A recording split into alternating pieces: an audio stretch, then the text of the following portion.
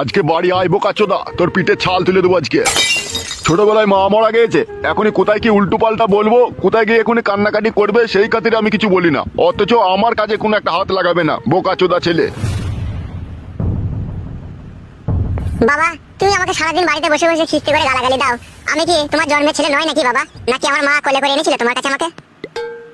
তুমি যা ব্যবহার করো আমার সাথে, এটাই আমার সন্দেহ হয় আমি তোমার জন্মের ছেলে নয়। হবে, তোকে কি আমি এমনি এমনি গাল দিই বোকাচোদা? আমার এই বুকের ভিতরটা এক এক সময় জল নেবে তোর লেগে, তুই শালা হারামির লেগে।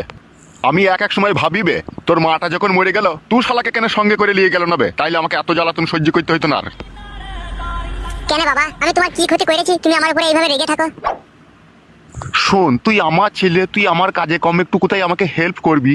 তাছাড়া কিনা তুই সারা দিনটা বাইরে বম বম বম বম করে দৌড়ে বেড়াচ্ছিস, তা দৌড়ে বেরিয়ে তোর কি লাভ হয় হবে? ও তুমি বুঝবে না বাবা, বাইরে দড়ি বেরিয়ে আমার কি লাভ হয় না হয়। না বুঝবো না বে, আর